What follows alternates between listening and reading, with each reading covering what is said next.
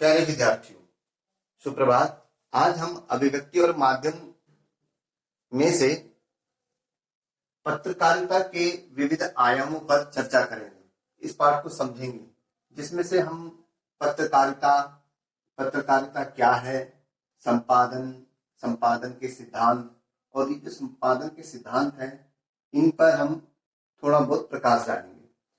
तो पत्रकारिता के विविध आयाम, पत्रकारिता जो जिन माध्यमों से हमें सूचना मिलती है या जहां पर कोई घटना घटती है, दुर्घटना घटती है, उनके तथ्यों को इकट्ठा करना, उनको छानबीन करना और सत्यता का पता लगाकर समाचार पत्रों में छापना, ये कार्य है पत्रकारिता का। यह कार्य है पत्रकार का। और जिन कार्य विधि से, जिस प्रोसेस से, जिस प्रणाली से एक पत्रकार इन तथ्यों को उजागर करता है, समाचार के रूप में परिवर्तित करता है, उस प्रणाली को हम पत्रकारिता कहते हैं। अब इसके अलग अलग आयाम कौन कौन से हैं जिनके द्वारा हम समाचार प्राप्त करते हैं। पहला है पत्रकारिता बता दिया, पत्रकारिता क्या है ये बता दिया। अब यहाँ पर एक बार अपनी किताब में आएंगे कि इसमें संपादन पत्रकारिता की क्या है। जैसे मैंने अभी बताया आपको कि प्रत्येक व्यक्ति अपने आसपास जो घटना होती है या घटनाओं के बारे में जो जानने को इच्छुक होता है, नई जानकारियां रखना उसका अपना एक स्वभाव है। और मनुष्य के अंदर जिज्ञासा का भाव बड़ा ही प्रबल रहता है कि भाई क्या क्या घटना घटी, क्या घटी। इसी जिज्ञासा को शांत करना पत्रकारिता का मूल तत्व है। पत्रकारिता का विकास इसी सहज जिज्ञासा को शांत करने की कोशिश करता है। देश में घटने वाली या घटनाओं को पत्रकार समाचार के रूप में प्रस्तुत करता है, आप तक पहुंचाता है। पहले वह सूचनाओं का संकलन करता है, संकलन का अर्थ हुआ एकत्रित करता है, इकट्ठा करता है, फिर उन समाचारों को रूप में ढालकर हमारे सामने प्रस्तुत करता है। इस पूरी प्रक्रिया को ही पत्रकारिता कहते हैं, जैसे मैंने अपनी भाषा में बताया था। दूसरा है पत्रकारिता का, इसमें जो एक क्षेत्र है पत्रकारिता का क्षेत्र, यानी उसका जगह इतना विस्तृत है। पत्रकारिता का क्षेत्र व्यापक होने के साथ साथ इसमें काफी चुनौतियां भी हैं। लोकतंत्र के 3 स्तंभों की निगरानी करना। कौन कौन से 3 स्तंभ? जैसे हम इंग्लिश में बोलते हैं कि जुडिशरी, एग्जीक्यूटिव और पार्लियामेंट्री, यानी कि न्यायपालिका, कार्यपालिका, विधायिका, और इनकी निगरानी रखना, यानी ये अपना कार्य ढंग से कर रही है या नहीं कर रही है। इनकी निगरानी के साथ साथ उन्हें सचेत भी करती है कि वो ऐसा काम ना करे जो लोगों के हितों की अनदेखी करे, यानी लोगों का नुकसान करे, कोई निर्णय या कोई कार्य ऐसा ना करे। यानी जनहित के लिए उनको संघर्ष कराना और आम आदमी का मार्गदर्शन करना और लोगों की भलाई के कार्य करना आदि इसके जिम्मेदारियां हैं, इसके दायित्व हैं, इसकी रिस्पॉन्सिबिलिटीज है। ठीक है। आज पत्रकारिता के नए जो एक नए तरह का उद्देश्य है, मिशन है, उसका कोई विकल्प नहीं हो सकता, क्योंकि अगर इन तीनों स्तंभों पर निगरानी रखनी है तो कोई ना कोई एक विकल्प हमें चुनना पड़ेगा, और वो विकल्प हमें मीडिया ने दिया है, अर्थात उसका कोई विकल्प नहीं है। इसका कोई पत्रकारिता का कोई विकल्प नहीं हो सकता। राष्ट्रीय संकट के समय वह राष्ट्र के सच्चाई के साथ देता है। कौन? पत्रकारिता के विभिन्न आयाम, जैसे कि इसके विषय में लिखा हुआ है, इसमें हम बात करेंगे अभी। और संपादक के बारे में। अब संपादक कौन होता है?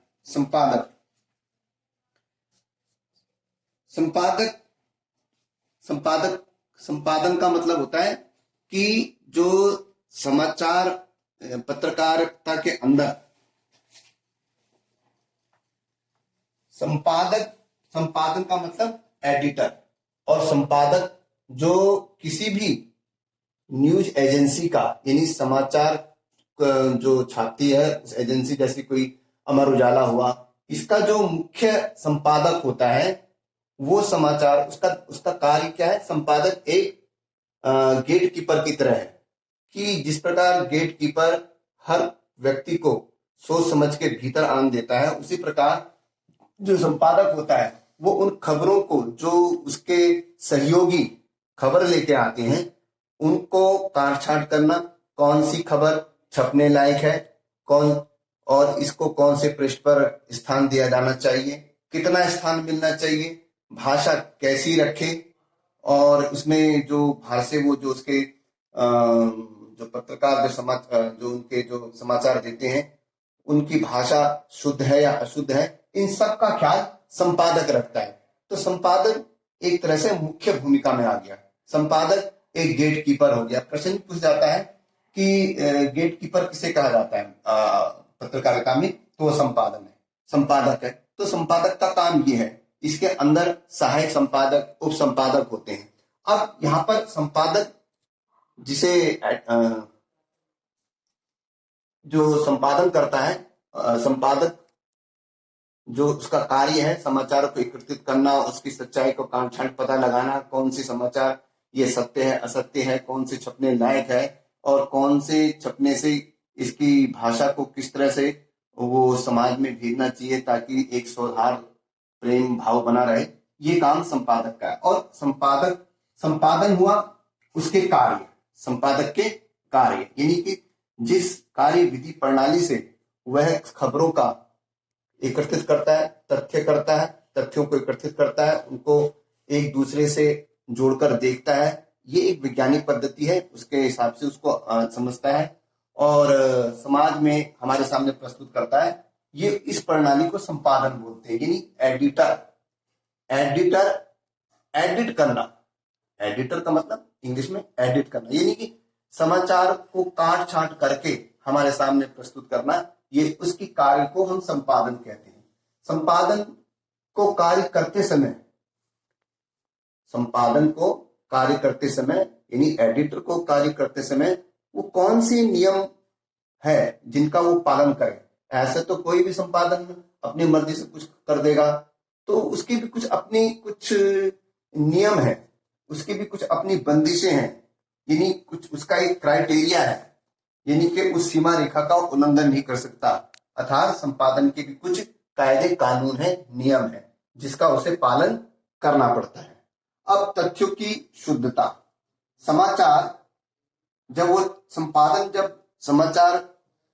संपादक जब समाचार छापता है तो उसमें तथ्यों की शुद्धता होनी चाहिए। जिन तथ्यों को वो एकत्रित किया हुआ है, यानी जो खबरें उसके पास आ रही है, जैसे कि मैं यहाँ चाहूंगा कि यहाँ पर जो समाचार उसको जो मिल रहे हैं वो भी जो लाने वाले हैं वो भी व्यक्ति हैं, और व्यक्ति किसी भी घटना के बारे में जानकारी प्राप्त करता है, उसी के अनुसार उस यथार्थ की छवि को वो प्रस्तुत करता है। यहाँ छवि हमारे लिए वास्तविक यथार्थ का काम करती है।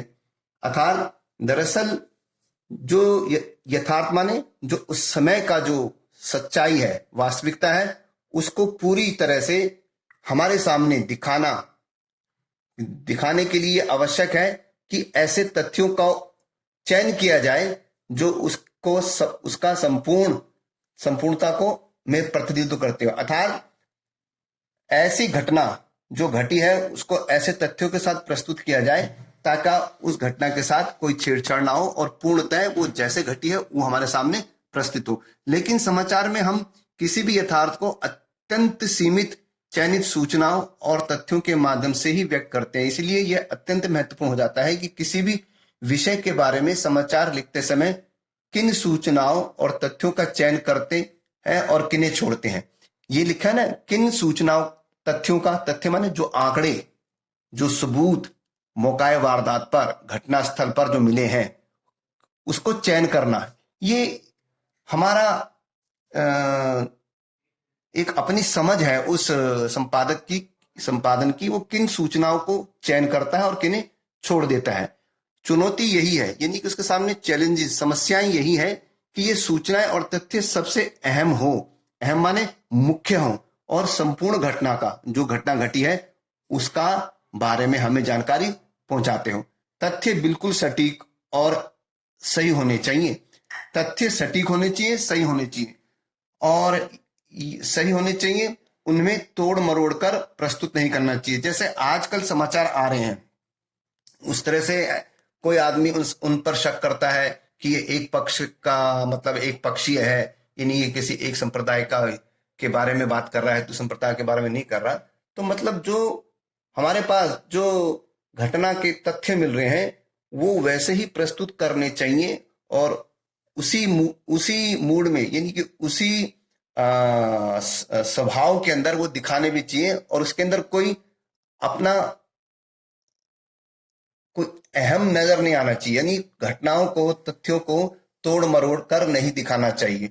अब यहाँ पर तथ्य और यहाँ पर इसका मतलब, जैसे कि एक कहानी है हमारे पास तथ्य और सच्चाई के नाम पर। जैसे कि 6 अंधे थे और एक उन्होंने कहा कि यार हाथी कैसा होता है। 6 अंधे जब हाथी को देखने गए, तो जब किसी ने हाथी का पेट देखा तो उसने कहा ये तो बड़ी दीवार है। किसी ने उसका पांव देखा तो उसने कहा ये तो खंबा है, यानी हाथी खंबे की तरह है। किसी ने उसकी पूंछ देखी तो उसने कहा ये तो एक सांप की तरह है। यानी इन 6 अंधों ने जिस जिस अपनी अपनी समझ से जैसा जैसा उसको टटोला, उस तरह से उनको हाथी नजर आया।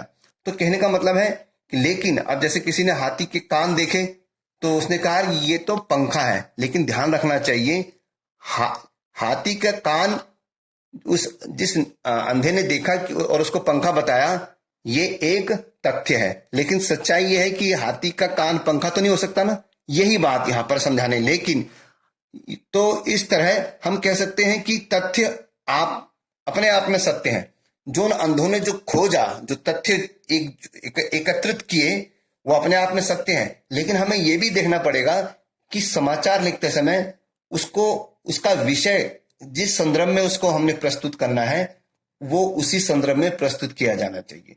तीसरी बात यह है कि जो तथ्य उन लोगों ने इकट्ठा किए, उन लोगों का आपस में तालमेल बिठाकर ही हम उस घटना की एक सच्ची तस्वीर आपके सामने प्रस्तुत कर सकते हैं। यही यहाँ पर 6 हाथियों की जो 6 नेत्रहीनों की जो हाथी को लेकर जो एक कल्पना है, वो तभी समझ में आएगी जब हम, अगर ये 6 आदमी एक दूसरे पर या आपस में लड़ने लग गए और उसने कहा कि मैं सही हूं मैं सही हूं, इसका मतलब वो तथ्य तो सही थे, लेकिन जिस तरह से वो हाथी की इमेज बना रहे थे वो अपने आप को बनाया उन्होंने अपने अपने के लिए, वो मतलब डटने लग गए। एक ने बताया मैं सही हूं। हाँ, तो इस प्रकार से पहला है तथ्यों की शुद्धता का एक्यूरेसी होनी चाहिए। अगर हम पत्रकार संपादन के सिद्धांत, यानी कि पहला सिद्धांत यह है जब संपादन करते हैं, संपादन माने जिस प्रक्रिया से गुजरते हैं उसमें जो समाचार आ रहे हैं वो तथ्य सही सही होने चाहिए और उसके अंदर तथ्यों को तोड़ मरोड़ करके नहीं प्रस्तुत किया जाना चाहिए। दूसरा है वस्तुपरक, यदि ऑब्जेक्टिविटी। ऑब्जेक्टिविटी का मतलब जैसे कोई हम आपको प्रश्न देते हैं और 4 उसके ऑब्जेक्ट देते हैं, यानी चारों में से आपको कौन सा सही लगता है, तो प्रत्येक बच्चा अपने अपने मानसिक स्थिति के कारण, अपने अपने ज्ञान के कारण, अपने अपने सोच समझ के कारण अलग अलग मतलब ऑब्जेक्ट को चुनता है। कोई का चुनता है, कोई खा चुनता है। तो इसका अर्थ यहाँ पर यह है, अर्थात यहाँ पर देखा जाए कि तथ्य का संबंध अधिक तथ्यों से है, वस्तुपरक का संबंध इस वस्तुपरक माने वो ऑब्जेक्ट का संबंध इस बात से है कि कोई व्यक्ति तथ्य को कैसे देखता है, यानी कि वही जैसे मैंने 4 ऑप्शन दिए तो वो अपने किस नजर से उसको देख रहा है 4 ऑब्जेक्ट को, इसीलिए सबके उत्तर अलग अलग आते हैं। किसी विषय या मुद्दे के बारे में हमारे मस्तिष्क में पहले से ही बनी हुई छवियां समाचार मूल्यांकन के हमारी क्षमता को प्रभावित करती है। अर्थात कहने का अर्थ यह है कि जब हम कोई चीज चुनते हैं तो हमारे मन के अंदर पहले से कोई कल्पनाएं या सोच पहले से विद्यमान रहती है जो हमारे उस उत्तर को प्रभावित करती है, और इस सच्चाई को उन छवियों के अनुरूप देखने का प्रयास करते हैं। यानी कोई घटना घटी और हर एक पत्रकार उसको अपने अपनी नजर से देखता है, तो हर एक का मूल्यांकन यानी समाचार जो छपेगा वो अलग अलग दृष्टिकोण से छपेगा।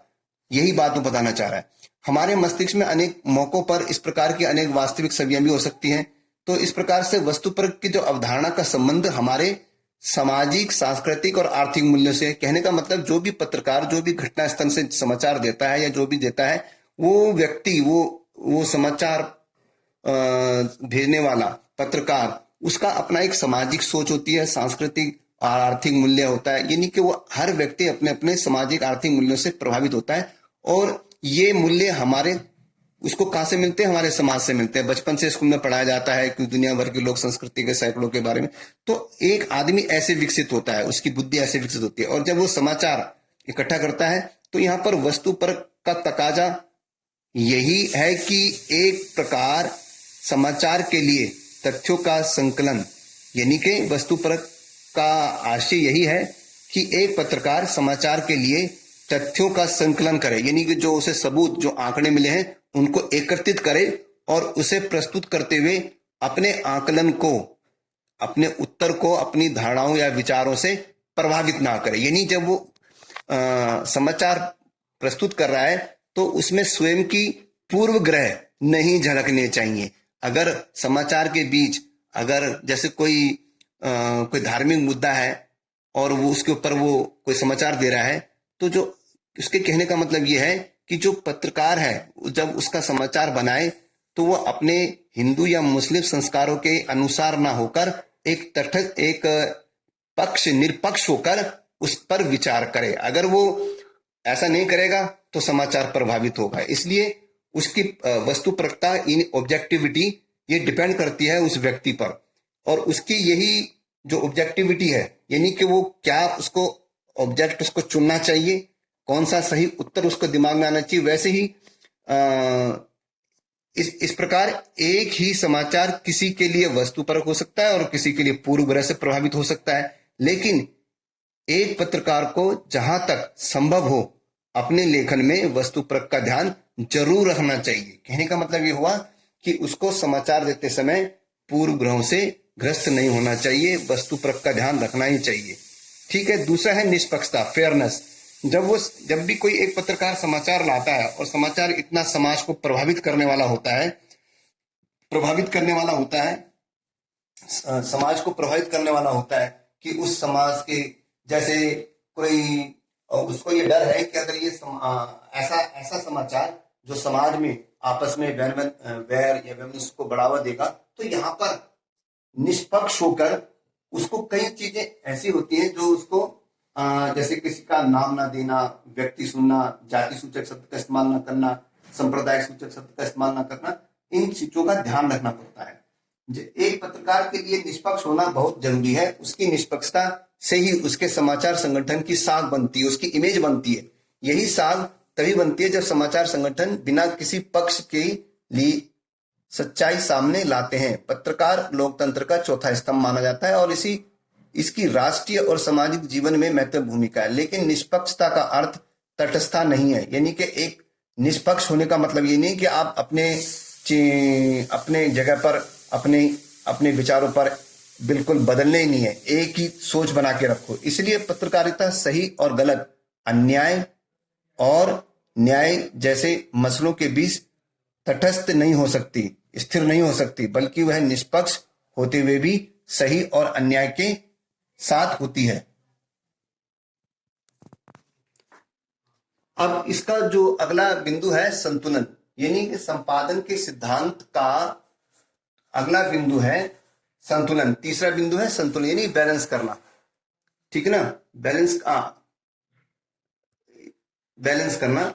तो यहां पर जब किसी घटना में एक से अधिक पक्ष सम्मिलित होते हैं, जैसे कोई घटना ऐसी आ गई जिसके अंदर अलग अलग पक्ष शामिल हैं, जैसे अलग अलग लोग संप्रदाय संबंधित शामिल हैं और उनमें आपस में टकराव की स्थिति होने का खतरा है, तो सभी पक्षों को ध्यान में रखते हुए समाचार को संतुलित रूप में प्रस्तुत करें।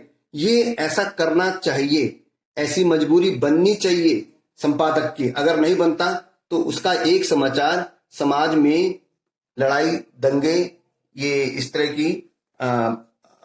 तरह का माहौल पैदा कर सकता है। इसीलिए पत्रकार का झुकाव किसी एक पक्ष की ओर नहीं होना चाहिए। तथ्य, गवाह, आंकड़ों पर नजर रखते हुए संतुलन के साथ समाचार प्रस्तुत करने चाहिए और किसी एक पक्ष को ध्यान में रखकर प्रस्तुत किए गए समाचार असंतुलित होते हैं, वो समाचार नहीं। इसका मतलब वो संपादक का सिद्धांत के अनुरूप नहीं है। अगला जो है सोर्सेज है। सोर्सेज का मतलब साधन। किसी भी समाचार संगठन या समाचार एजेंसी के स्रोत होते हैं और समाचार की प्रतिष्ठा को बनाए रखने के लिए स्रोत का दिया जाना आवश्यक होता है। यदि कोई घटना या सूचना सामान्य है तो उसी संदर्भ में स्रोत का उल्लेख करना आवश्यक नहीं होता, किंतु जब कोई सूचना सामान्य न होकर विशिष्ट होती है तब उस घटना या सूचना के स्रोत का उल्लेख अत्यंत महत्वपूर्ण हो जाता है। यदि कोई पत्रकार किसी घटना को स्वयं देखकर उसका वर्णन करता है तो उस समाचार का स्रोत वह पत्रकार स्वयं भी हो सकता है। इसलिए किसी भी सूचना और जानकारी को प्रस्तुत करते समय उसके किसी न किसी स्रोत का होना आवश्यक है, अर्थात कि उसको अपना स्रोत प्रस्तुत करना चाहिए, चाहे स्वयं हो या उसको कहां से उसका स्रोत मिला है उसका वहां पर लिखना बहुत जरूरी है। इस प्रकार से हमने संपादक के सिद्धांतों पर 4 जो सिद्धांत है इसको चर्चा करी है। ये बहुत अति आवश्यक है। ये आपको इस बात को समझाएगा कि समाचार पत्र जो अलग अलग छपते हैं या जो टीवी में जो अलग अलग समाचार आते हैं उनमें आपस में इतना मतभेद क्यों है, क्यों एक ज्यादा पक्ष की तरफ झुकाव है, क्यों झुकाव नहीं है, क्या ये समाचार पत्र या जो टीवी चैनल है अपने कर्तव्यों का निर्वाह कर रहे हैं। इन बातों को समझने से आपको सही और गलत का निर्णय ज्ञात होगा। अतः आपको ये बातें समझ में आई होगी। इसका शेष भाग हम अगली वीडियो में प्रस्तुत करेंगे। धन्यवाद।